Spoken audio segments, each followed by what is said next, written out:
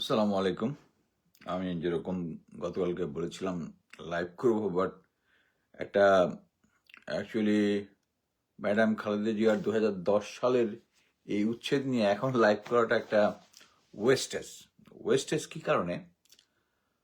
এটা নিয়ে এখন আমি আজকে আমার হলিডে ছিল, আমি অন্য কিছু নিয়ে কথা বলতে পারতাম, কিন্তু কচু খেতিরা তারা চিন্তা করছে, কচু ক্ষেত মানে ডিজিএফআই আপনারা সবাই জানেন, চিন্তা করেছে যে আমাকে একটু ডিস্টার্ব করার জন্য আর কি। তা আমাকে ডিস্টার্ব করেছে। সো ডিস্টার্ব করলে তো আমি রিটালিয়েট করবই। সো প্রতিবার তারা চেয়েছে আমাকে একটু আন্ডারমাইন করার জন্য, যাতে আমাকে মোটামুটি একটু বসিয়ে দেওয়া যায়। কোনো একটা কিছু বললে আমি আপসেট। আপনি অলরেডি আপনারা জানেন কিনা, হয়তো বা খেয়াল করেছেন, ব্রিগেডিয়ার জেনারেল হাসান নাসির যে একজন পরীক্ষিত একজন গ্রেট সোল, গ্রেট সোল, যিনি, আমরা তো ওই শেখ হাসিনা আমলে এই যখন দায়িত্ব ছিলাম তখন এই ম্যাডাম খালেদা জিয়ার বাসায় উচ্ছেদে অংশগ্রহণ করেছি, ওখানে আমরা গিয়েছি, ওখানে অবজারভার হিসেবে আমি ছিলাম। ওখানে অ্যাকচুয়ালি মিলিটারি কারো ফিজিক্যালি করার কথা ছিল না, যারা করেছে সিভিলিয়ানই করেছে, আশেপাশে মিলিটারি ছিল, আমি বিস্তারিত বলবো। কিন্তু এই যে যে মানে কচু ক্ষেত্রে আমাকে একটু ডিস্টার্ব করার চেষ্টা করলো, যে এটা নিয়ে আমাকে একটু আপসেট বানানো আর কি। তো যতবারই আমাকে আপসেট করার চেষ্টা করছে, ততবারই আমি আরো দ্বিগুণ শক্তিতে ফেরত আসছি। কিন্তু ব্রিগেডিয়ার হাসান নাসির স্যার, ওই যে যিনি চাকরিতে থাকা অবস্থায় উনি আওয়ামী লীগের বিরোধিতা করতে পেরেছেন, ওরকম একটা লোক এখন কিন্তু ডিজিএফআই আর বিভিন্ন ধরনের বিভিন্ন আক্রমণে পিএনজি তো তাকে করা হয়েছেই, উনি কিন্তু আর কোথাও আসেন না। এনিওয়ে, আমি স্যারকে স্যালুট করি, বাট আমাকে থামিয়ে দেওয়া এত সহজ না।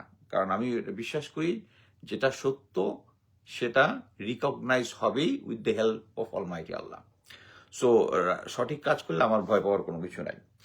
আমি এই ম্যাডাম খালেদা জিয়ার উচ্ছেদের ঘটনা প্রথমে 13ই আগস্ট 2022-এ আমি আমার ফেসবুক একটা পোস্টে লিখে, ওখানে ডিজিএফ একটা ঘাপলা করেছিল মেইনলি।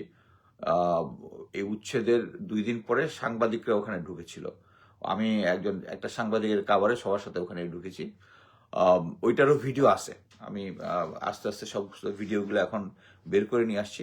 সো এখন আমি আসি কেন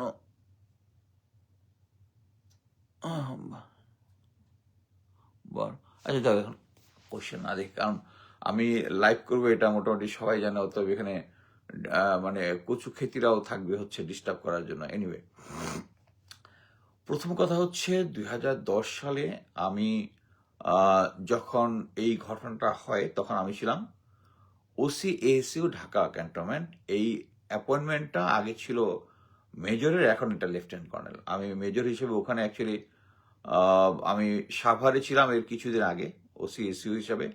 তখন আমাকে একটা ইমার্জেন্সি সিচুয়েশনে সাভার থেকে ঢাকায় নিয়ে আসে তখনকার ব্রিগেডিয়ার জেনারেল শামস, যিনি, আমি যখন ক্যাপ্টেন অবস্থায় এসইউতে ছিলাম, উনি আমার বস ছিলেন ওখানে। আমাকে অ্যাকচুয়ালি উনি ঢাকায় রাখতে চেয়েছিলেন, but I was very depress that time, কারণ আমি এর আগে প্রমোশন পাইনি। সো আমাকে যখন বসে ঢাকা রেট হইতে, আমি অ্যাকচুয়ালি না করে দিছি যে আমি ঢাকায় থাকবো না, Dhaka is a busy place, আমি এখানে থাকতে চাই না।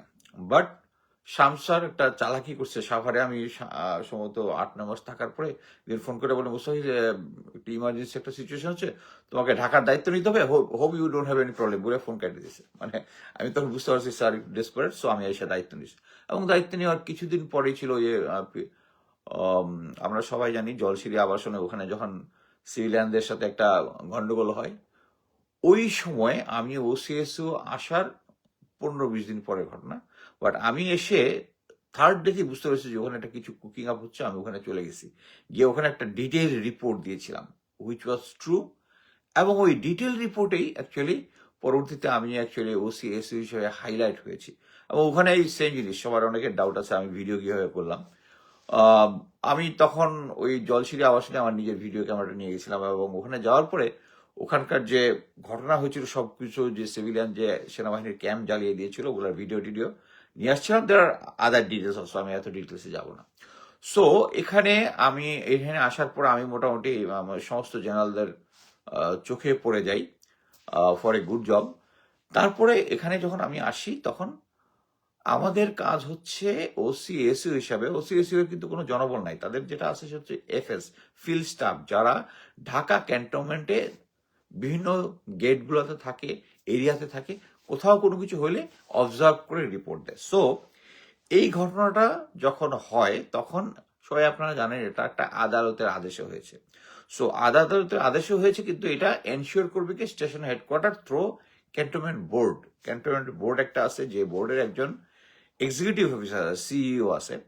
তখন স্টেশন কমান্ডার যিনি ছিলেন উনি, কিন্তু যেহেতু সবাই আশা করতেছিল যে এটা নিয়ে আহ, জনগণে বিএনপিদের মধ্যে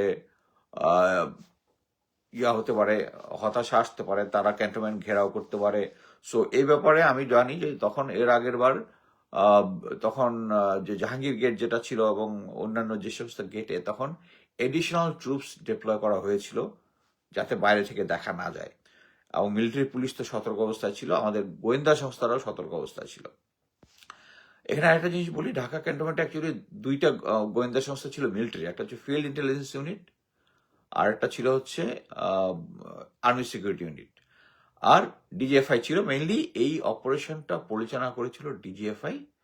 আমাকে ওখানে যেতে হয়েছে, মানে যেতে হয়েছে বলবো, this is my duty, because আমি শুধু না, আমার যে ইমিডিয়েট বস, আমি ওসিএসইউ বাট পুরা সিওএসইউ যিনি, উনিও ওখানে গিয়েছিলেন। সো উনি ওখানে ছিলেন, ভিডিওতে ওনারা হয়তো চেহারা দেখা যাবে কিনা আমি জানি না, বাট উনি ওখানে ওখানে জিনিসটা ছিলেন। আচ্ছা, সো আমার কাজ ছিল হচ্ছে ওখানে গিয়ে কি হয় না না হয় তার সাথে সাথে আমার সিনিয়রকে রিপোর্ট দেওয়া। সিনিয়র কিন্তু ওখানেই ছিলেন।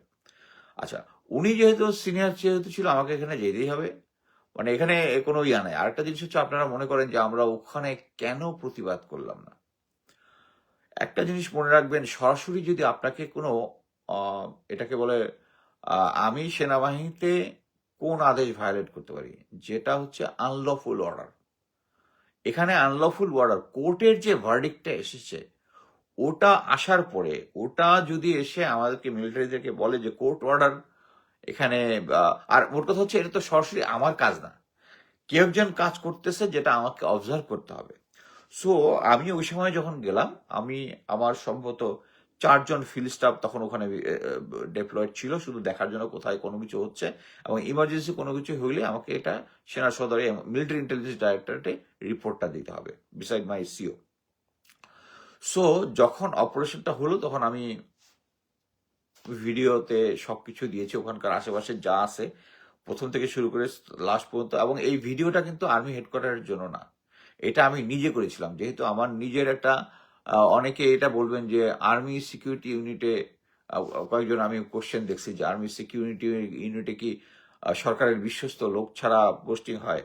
ভাই, আর্মি সিকিউরিটি ইউনিট এটা ছিল এমন একটা ইউনিট, যে ইউনিটের মধ্যে ইন্টেলিজেন্স কোয়ালিফাইড হইতে হয়। ডিজিএফআইতে কিন্তু ইন্টেলিজেন্স গোয়েন্দা কোর্স কোয়ালিফাইড যেটা হইতে পারে, এবং this is a professional unit. এবং এটার সাথে এখন যেভাবে, এখন প্রেজেন্ট যে আর্মি সিকিউরিটি ইউনিট যেভাবে কাজ করতেছে, এবং এটাকে জেনারেল ওয়াকার বৃদ্ধি করার চেষ্টা করতেছে, যে এটাকে পাশাপাশি ডিজিএফআই এর মতো আরো সিভিলের প্রভাব বৃদ্ধি করে। তখন এটা সিভিলের কোনো প্রভাব ছিল না, এবং এসইউতে তখন পর্যন্ত কোনো এক্সট্রিম কোনো রাজনৈতিক উদ্দেশ্য নিয়ে তখন করা হয় নাই।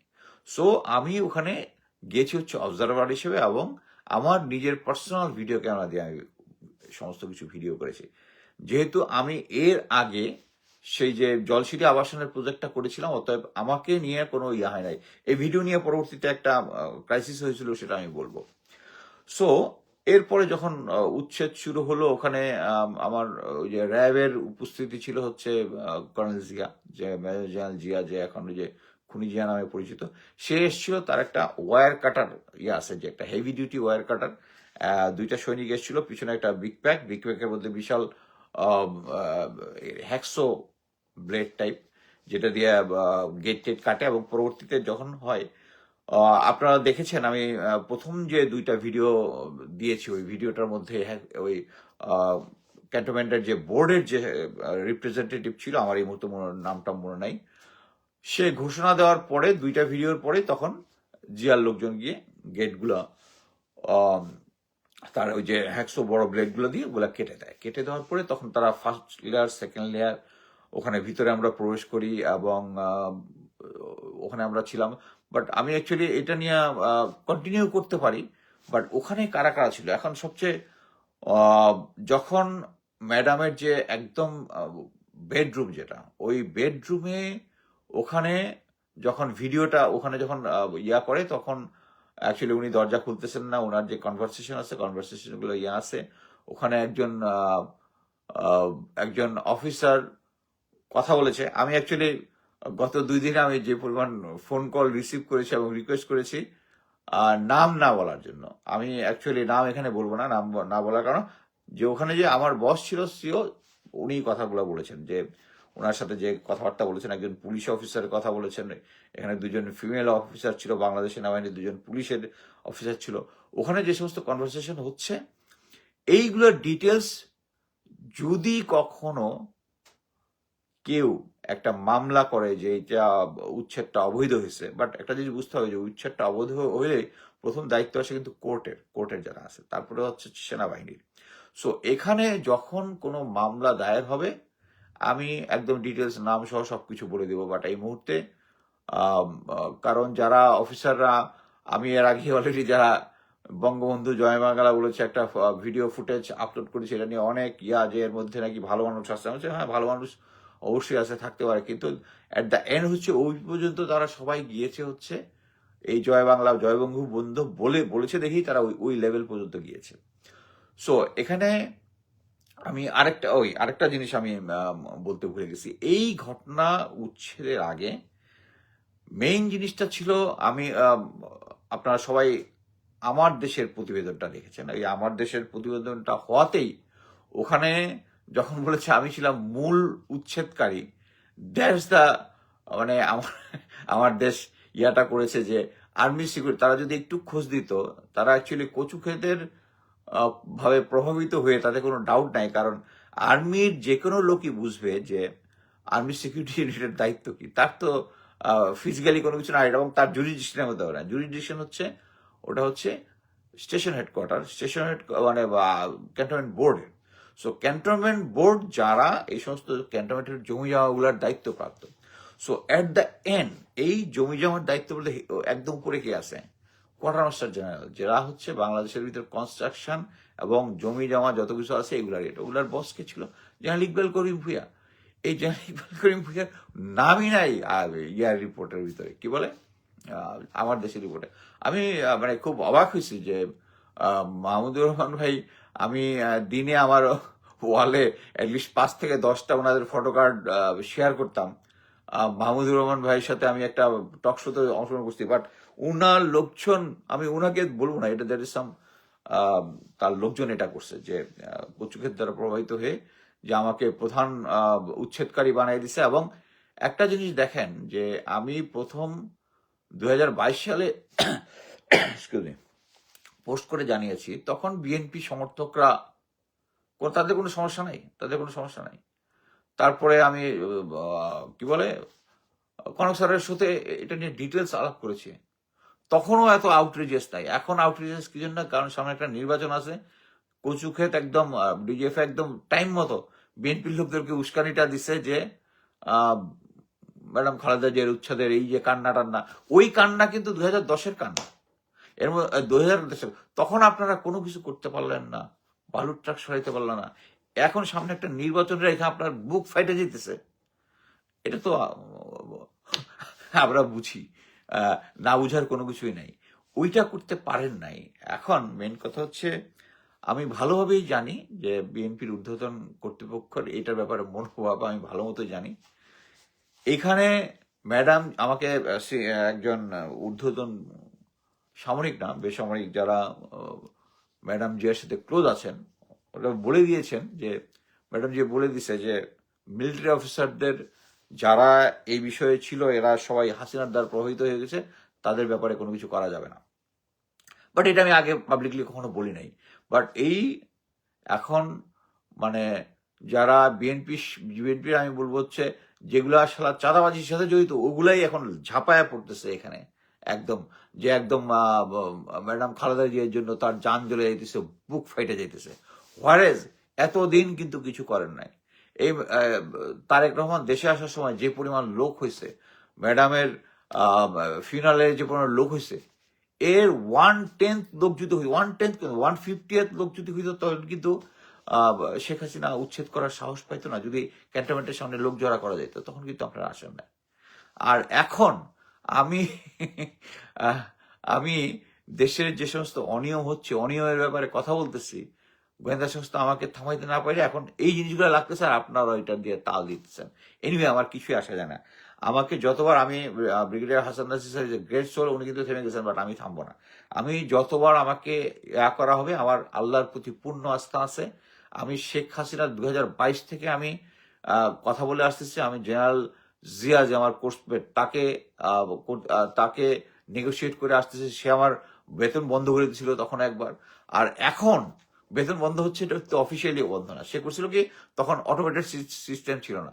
আমার এক কোর্সমেটকে যে তার দায়িত্বপ্রাপ্ত ছিল, তাকে থামাই দিছে যে তুই এটা তুলতে পারবি না। পরবর্তীতে অটোমেশন সিস্টেম হয়ে ওইটা আবার অটোমেশনে চলে গেছিল। আর এখন এই জেনারেল ওয়াকার, এখানে জেনারেল ওয়াকারকে অ্যাকচুয়ালি দোষ দিইনি। আমার যে পেনশন আটকায় দিছে, তাতে আমি জেনারেল ওয়াকারকে দোষ দিই না। দোষ দিই না মানে, দোষ তো অবশ্যই আছে। উনি একটা চিঠি ইনিশিয়েট করছে তার অফিস থেকে, এবং প্রফেসর ইউনুস এটাকে অ্যাপ্রুভাল দিয়েছে।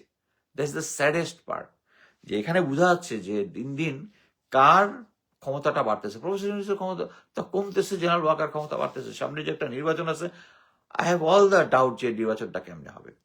আচ্ছা, আসি ওই আবার সেই উচ্ছেদ প্রসঙ্গে।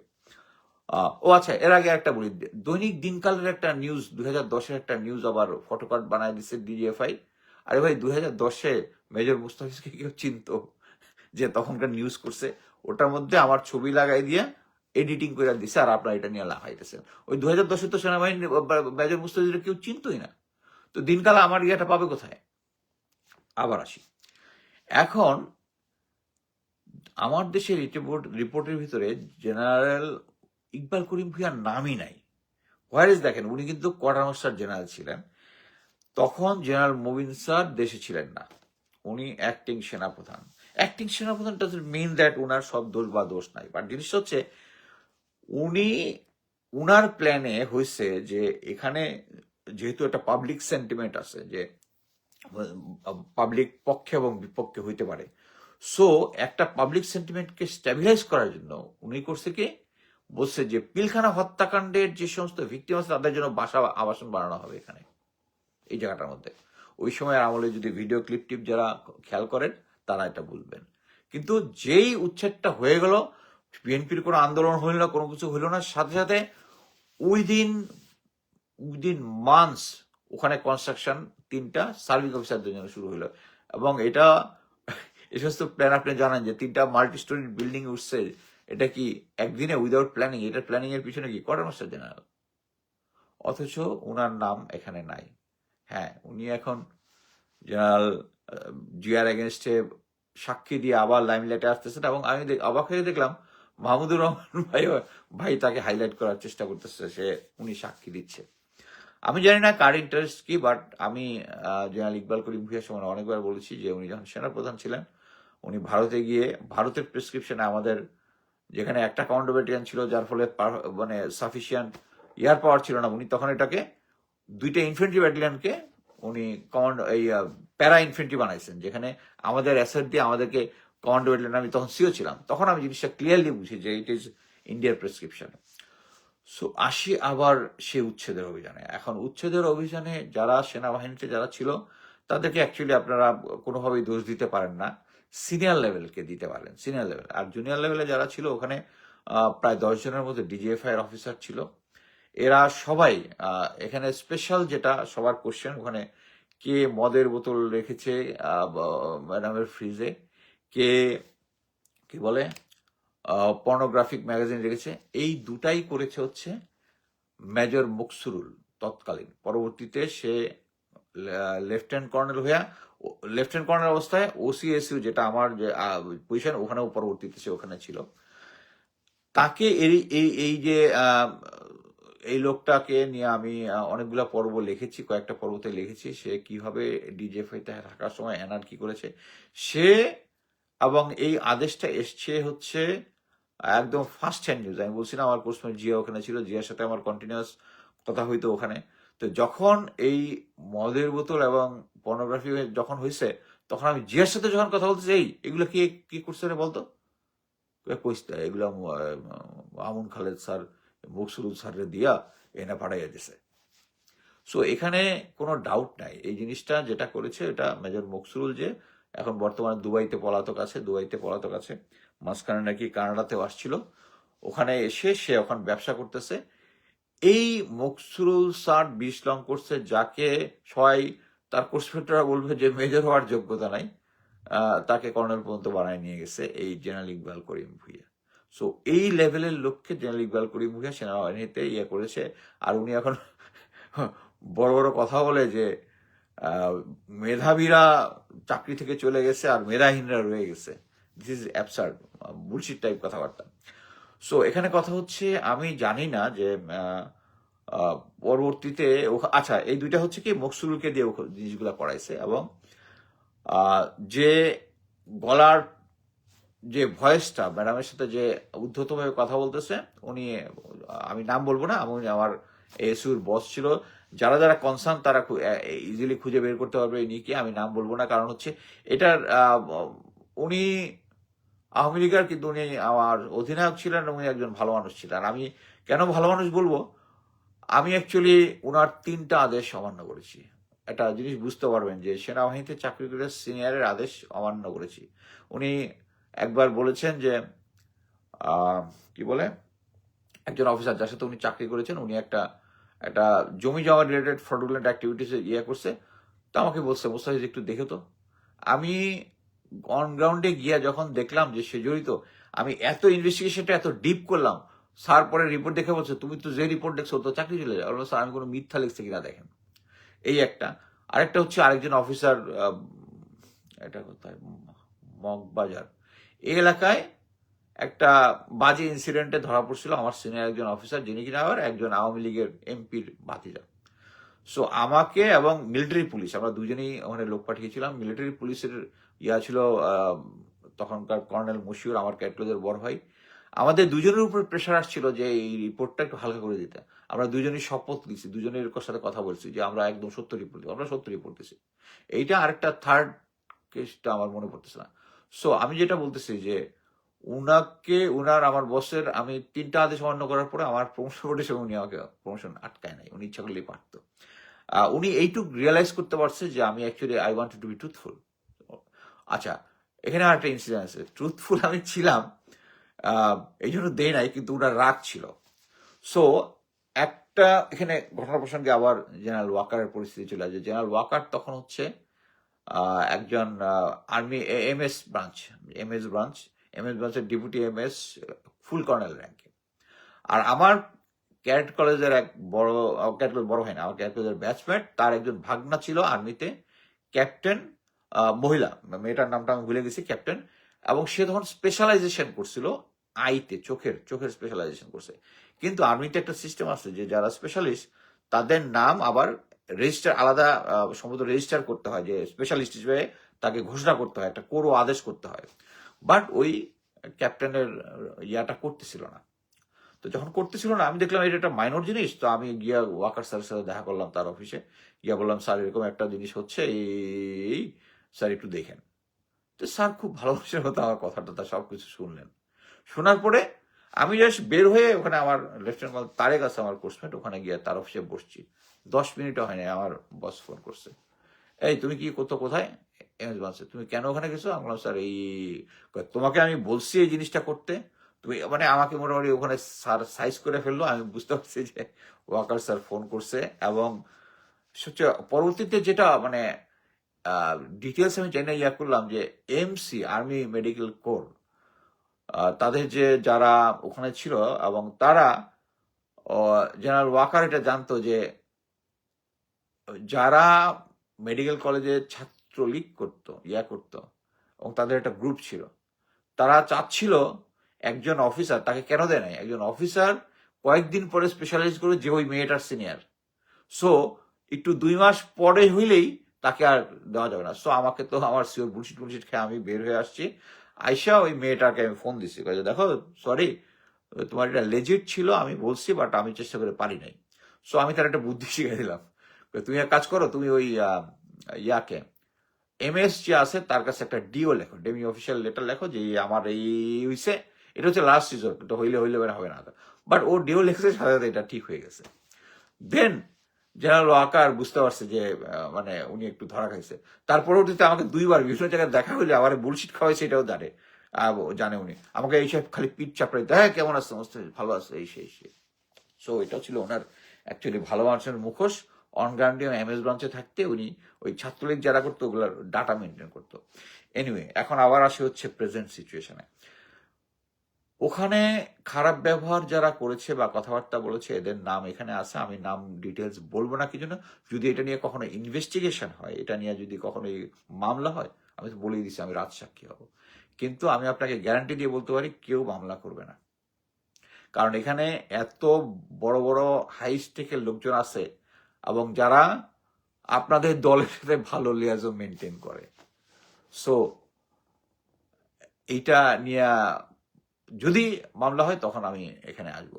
সো যখন উচ্ছেদটা হয়ে যাওয়ার মধ্যে প্রথমে হচ্ছে ওই যে ম্যাডাম, এখানে আরেকটা ইনসিডেন্ট ছিল হচ্ছে ম্যাডামের যে মেইন বেডরুমের যে ডোরটা ওটা তো উনি খুলতেছিলেন না। এটা ওই জিয়ার লোক হাতুড়ি দিয়ে এক ধরনের ক্রোবার আছে, ক্রোবার দিয়ে টান দিয়ে ওখানে খুলেছে এবং ওইটার মধ্যে যে ছিল ওখানে যে জোর করে ভাঙছে, যে এটার ছবি তুলতেছিলাম। আচ্ছা, ছবি তুলতেছিলাম হচ্ছে ছবি না, আমি করতেছিলাম ভিডিও, আর ডিজিএফআই ছিল একজন ফটোগ্রাফার, সে সবকিছু ফটো তুলতেছে। তো এই ফটোটা তো তোলার পরে ভাঙ্গার পরে হইলো, পরবর্তীতে ভিডিওগুলো আমি আস্তে আস্তে দিব, তারপর যদি কোনো ডাউট থাকে আরো আমি দিব।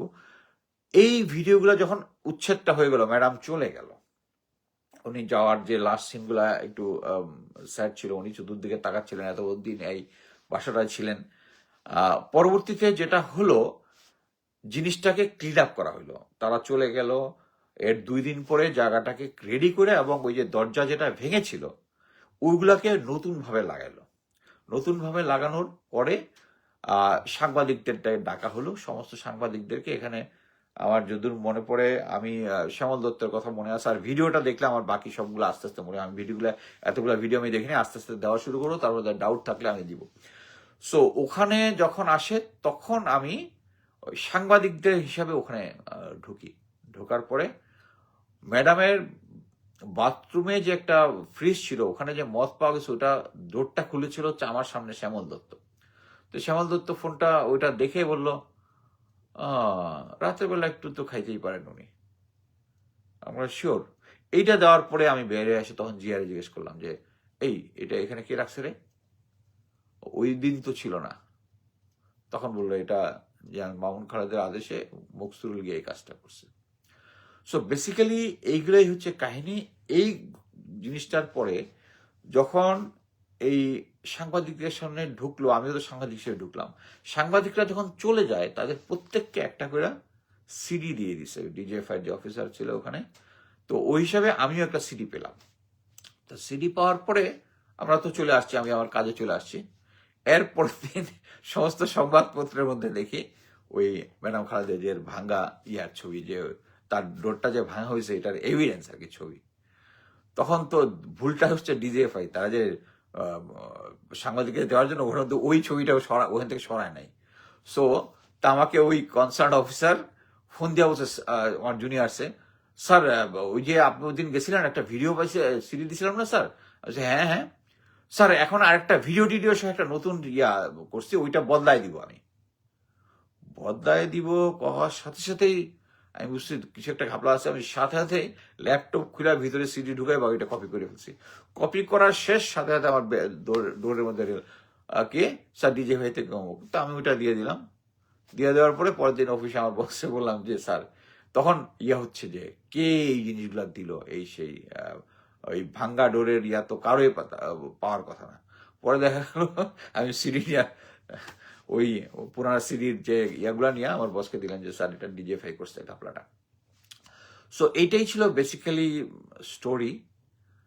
একটা জিনিস মনে রাখতে হবে যে সেনাবাহিনীকে যখন কোনো আদেশ দেওয়া হয়, প্লাস হচ্ছে আমাকে যদি আমি না করতে পারবো কোনটাতে, আমাকে সরাসরি বলতেছে তুমি একটা অবৈধ কাজ করতেছো। আমি আমি আমার চাকরির লাইফে অনেকবারই, এই যে আমি যে 3টা ঘটনা বলছি যে আমি 3টা আদেশ অমান্য করছি, আমার অন্যান্য সিওর সাথেই ওই ঘটনা, এই ধরনের ঘটনা হয়েছে।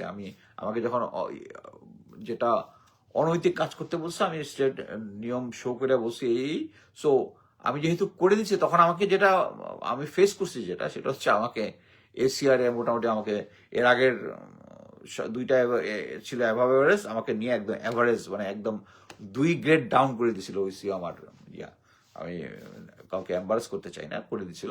বাট এবং not recommended for the rest rank, but Almighty আমাকে লেফটেন্যান্ট কর্নেল বানিয়েছিল। সো এই জিনিসটা হচ্ছে মেইন একটা, আমি যেটা বলবো হচ্ছে সে সেনাবাহিনী থেকে যেভাবে না করা যায়, এবং আমি নিজেও অনেকবারই না করেছি। কিন্তু কিছু কিছু জিনিস আছে যেটা হচ্ছে আপনি সরাসরি তো, আপনাকে মোট কথা হচ্ছে এটা তো আদালতের আদেশ সহ যদি সেনাবাহিনীকে দেয়, অ্যাকচুয়ালি সেনাবাহিনীর এখানে করার কিছুই নাই। সো আমি একটা উদাহরণ দিতে পারি। জেনারেল চার্লস দ্য গল, যা 1960s এর দিকে ফ্রান্সের প্রেসিডেন্ট ছিলেন, হি ওয়াজ এ জেনারেল। উনি যখন আলজেরিয়াকে স্বাধীন করে দেয়, তখন একটা মিলিটারির একটা গ্রুপ ছিল তার এগেনস্টে ছিল, এবং তার এগেনস্টে একটা অ্যাসাসিনেশন অ্যাটাক নিয়েছিল। সো অ্যাসাসিনেশন এর মধ্যে একটা ছিল হচ্ছে লেফটেন্যান্ট কর্নেল যা বাস্তিউ সামথিং। তো সে একটা ছিল খুব জাতীয়তাবাদী টাইপ, সে ভাবতেছে যে আলজেরিয়াকে স্বাধীনতা দেওয়া, এটা চার্লস দাগল যেটা করতেছে এটা নন প্যাট্রিয়টিক। সো তাকে এটা মার্ডার অ্যাটাক করার পরে হি ওয়াজ এ ন্যাশনাল হিরো। সো তাকে যখন এবং গ্রুপটাকে যখন ধরা হয়, সবাই দায় স্বীকার করছে, ইয়ে করছে, কিন্তু সে হলো ঠেডা টাইপ, সে করে নাই। এবং পরবর্তীতে তাকে যখন ফাইন্যান্স করে দেওয়া হয়, তখন বলছিল যে no French soldier will point a rifle towards me. ভুল, সেনাবাহিনীতে আদেশ একটা হবে, তাকে ফায়ার করা হয়েছে, he was shot dead. So এখানে এটা একটা 2টা ইম্প্যাক্ট আছে। একটা হচ্ছে সেম জিনিস সেনাবাহিনীতে আদেশ করা হয়েছে, আদেশ করতেছে। সো সেনাবাহিনীতে এই আওয়ামী লীগের আমলে যেটাই হয়েছে যে যে আদেশটা মনে করেন যে আমাকে দিয়ে হবে না, তারা আমাকে উপরে নিবেই না ওই কাজটা করার জন্য। এই যে আপনারা দেখতেছেন না, আমি একটা ভিডিও দিয়ে দিছি, বঙ্গবন্ধু শেখ মুজিবুর রহমান বলে বলে ফেনা তুলতেছে। এইটা হচ্ছে যারা ওই কথাটা বলবে তাদেরকে ওই লেভেলে নিয়ে যাবে। সো তার আগ পর্যন্ত জেনারেল ইকবাল করিম ভাই অফকোর্স এগুলাতে রাইট, বাট কথা হচ্ছে উনি একমাত্র অফিসার ছিল যে সেনা প্রধান হওয়ার পর এর থেকে উপরে যাওয়ার তো আর কোনো কিছু নাই। সো ওই জায়গায় থেকে উনি শুধু পারতেন এই যে জেনারেল জিয়া সম্বন্ধে, আমি অ্যাকচুয়ালি জিয়া পর্বগুলোর মধ্যে একটার মধ্যে লিখেছি যে জেনারেল ইকবাল করিম ভাই তাকে পিএনজি করেছিল ক্যান্টনমেন্টের একটা সাইডে, মানে যে সাইডটাতে তার বাসা না। সো তারপরে ওটা উনি সাস্টেন করতে পারেন নাই। কারণ কি? কারণ জেনারেল ইকবাল করিম ভুঁইয়া জেনারেল মানে আওয়ামী লীগ সরকারকে মোটামুটি 100% সাপোর্ট দিয়ে গেছেন। এই জন্যই সবচেয়ে বেশি বেনিফিশিয়ারি উনি জেনারেল হিসাবে। আর এখন উনি এখন উনি জেনারেল কি বলে জিয়ার এগেনস্টে সাক্ষী দিয়ে মোটামুটি এবং আমার দেশ এটা খুব ভালোভাবে প্রচার করতেছে জেনারেল ইয়ার ব্যাপারটা, কি বলে ইকবাল করিম বিহেভিয়ারের ব্যাপারটা।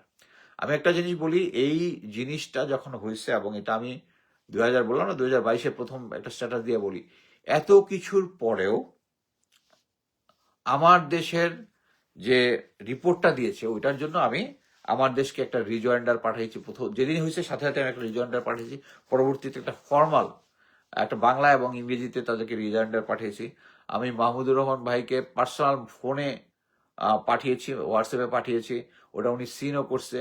ওয়ালিউল্লাহ নোমান, যিনি এখন জামাত থেকে নির্বাচন করতেছে, উনি ওইটার সাথে আছেন। আরো কয়েকজনকে বলেছি, কনক সারোয়ারকে বলেছি, মিনা রশিদকে বলেছি, ওই ইয়েগুলো পাঠিয়েছি যে এই ব্যাপারে আমার যে বক্তব্য এটা আমার দেশ নেয়নি। কিন্তু ফাইনালি আমার দেশ এখন পর্যন্ত আমার সাথে কোনো যোগাযোগ করে নাই। এটা নিয়ে আমি ফর্মালি আবার একটা স্টেটমেন্ট দিব ফিউচারে, যদি আমার সাথে কেউ যোগাযোগ না করে। একটা জিনিস হচ্ছে সাংবাদিকতা, আমরা মাহমুদুর রহমান ভাইয়ের সাথে আমি সম্পূর্ণ, উনি একজন মজলুম সাংবাদিক, উনি একজন প্যাট্রিয়টিক সাংবাদিক, উনি দেশপ্রেম নিয়ে কাজ করেন। তারপরে আমার যেটা স্বভাব সেটা হচ্ছে আমি যে দলেরই ভালো মন্দ দুইটাই হাইলাইট করি। আমিও আমার দেশের অনেক কিছু অনেক সময় ফটো কার্ডে অনেক সময় অনেক কিছু প্রভাবিত করার চেষ্টা করে জনমতকে, ওগুলো আমি পয়েন্ট আউট করেছি, পরে তারা ঠিকও করেছে।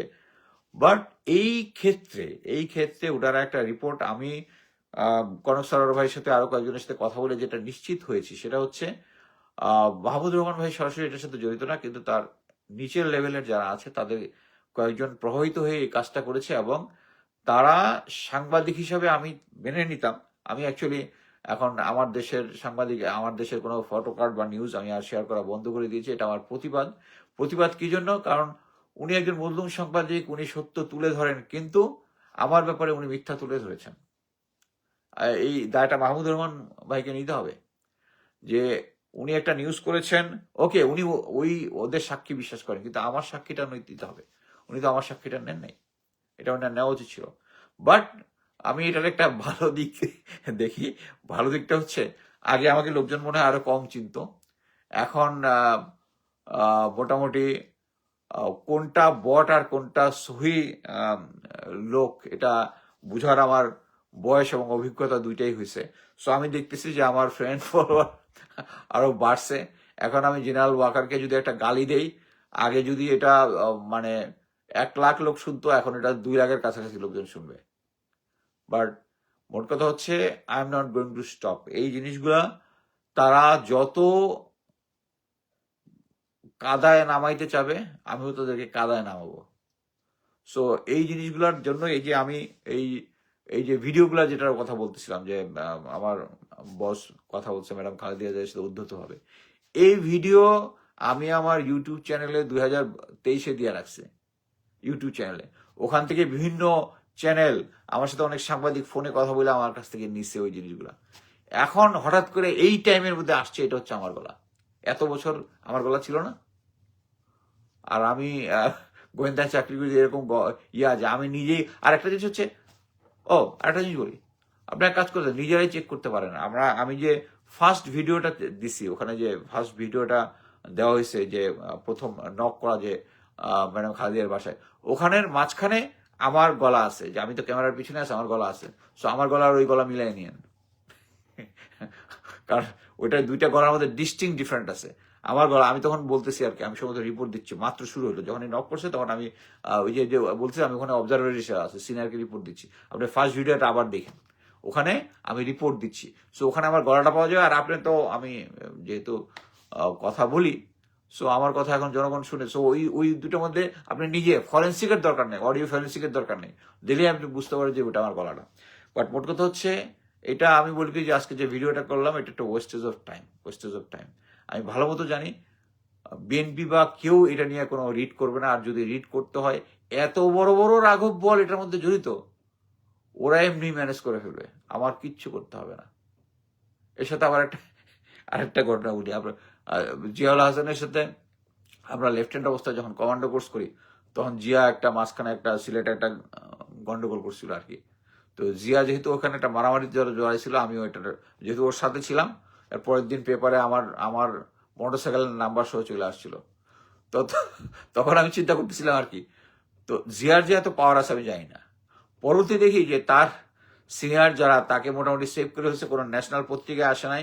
এইটার জন্য আমার কোনো পানিশমেন্টও হয় নাই। বাইরে গন্ডগোল করে একটা পানিশমেন্ট হওয়ার কথা, জিয়ার আমি দুজনে ছিলাম। সো জিয়াও বেঁচে গেছে, আমি বেঁচে গেছি।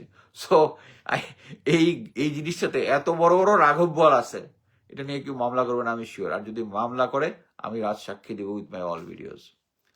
সো অ্যাকচুয়ালি বেসিক্যালি এইটাই বলার ছিল, যে এটা নিয়ে আপনাদের এত বছর পরে মাতামাতিটা, মানে অ্যাকচুয়ালি বিএনপির উপর মহলের অনেকের সাথে আমার পরিচিত আছে, এটা নিয়ে কেউ কোনো কথা বলে নাই। বা হচ্ছে এটা নিয়ে, আমি তো আগেই বলছি, ম্যাডাম খালেদা জিয়ার একটা ভিউ ছিল যে সেনাবাহিনী যেটা করেছে এটা আদেশে করেছে, উনি উনি ভালো মতোই জানে।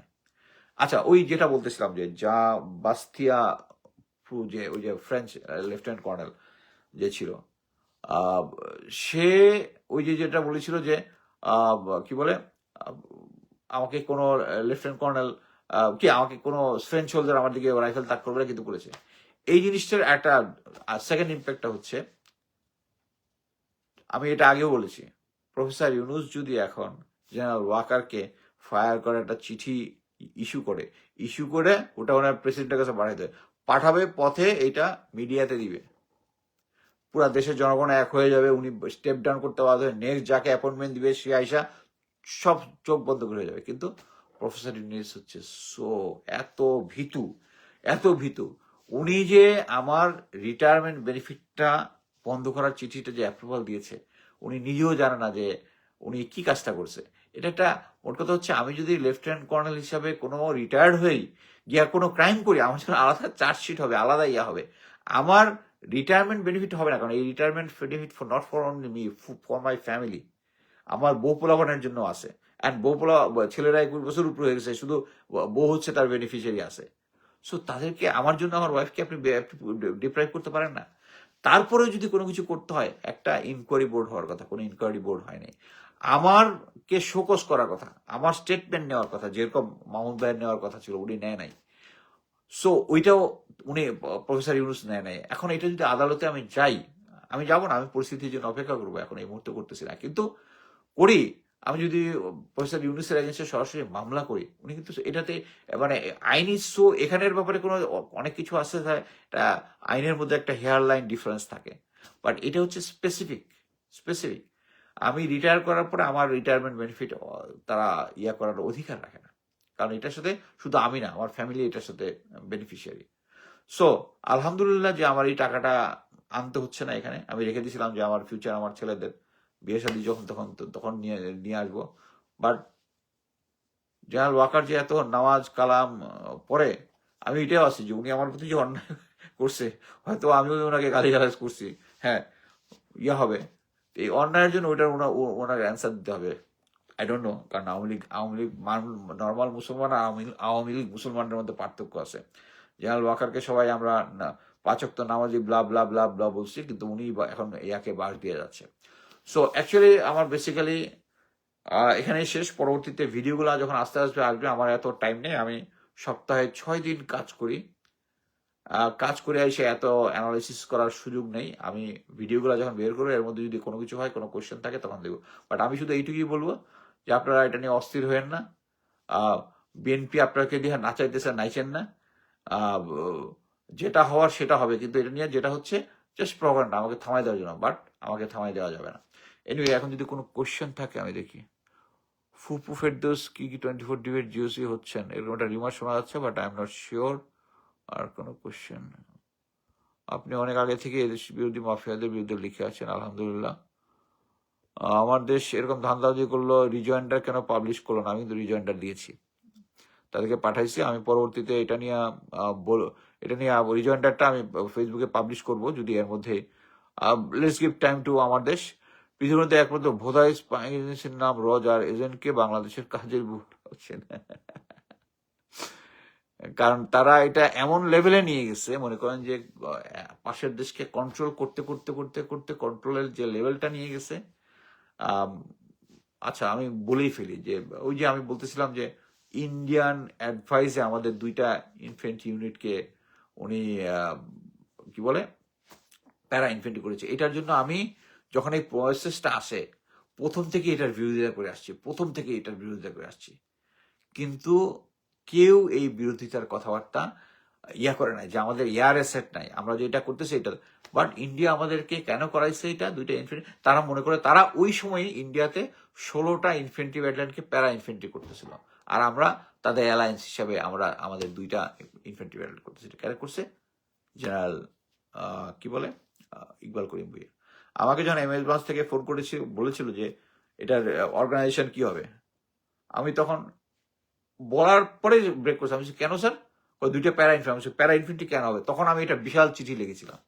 আমি যে কোনো কিছুই হই, আমি কিন্তু একটা অফিসিয়াল ডকুমেন্ট রাখছি, বাট ওইটাই কাল হয়েছে আর কি, যখন আমি কোনো কিছু দিই তখন তারা বুঝে ফেলছে যে তাদের মনের লোক না। আচ্ছা, photocard only makes you guilty for those events as you are outspoken exposing truth, keep up. আচ্ছা, আমি এখন পর্যন্ত বটের পাচ্ছি না কেন? Facebook sponsor, your photo cards are in Facebook with sponsor pages, তারা স্পন্সর করতেছে, কোনো সমস্যা নাই। এবং সবচেয়ে অবাক কাণ্ড হচ্ছে, একজন মিলিটারি অফিসার আমাকে ওখানে লিখছে যে স্যার, আপনাকে তো আমি চিনি, এই গলাটা তো আপনারই হওয়ার কথা, এই সেই, চিন্তা করে দেখেন এই জিনিসটা দিয়ে হবে পরবর্তীতে ওই কি যারা আছে অফিসাররা ইয়ে হবে, মানে হচ্ছে মোর কথা হচ্ছে সে সাক্ষী দিবে যে এটা আমার গলা। আচ্ছা, এটা ভাই তুমি সাক্ষী দিলে হবে? এটা থ্রেড প্লাস হচ্ছে আমি যাতে ফিউচারে পাবলিশ না করি। আমার কথা হচ্ছে এই পাবলিশ আমি করতাম না। আমি ইউটিউবে সম্ভবত 4টা বা 5টা করেছি, এখন সবগুলো করবো কি জন্য? কারণ হচ্ছে you are pushing me too hard. তারা আমাকে পুশ যত করবে আমি ওই দিক থেকে পুশ দিব, কোনো সমস্যা নাই। কেউ এটা নিয়ে মামলা করতেছে না, কিন্তু এটা আসলে করবে না, আপনি শিওর থাকেন। কি ব্যাপার, আজকে কোনো বট নাই? এনিওয়ে, দিলেন তো স্যার প্যাচ লাগাই দিচ্ছেন নিজে। আচ্ছা, ওয়াহিদুন নবী, দিলেন তো স্যার প্যাচ লাগাই দিচ্ছেন, নিজেও পড়লেন গেরা কলেজ স্যার।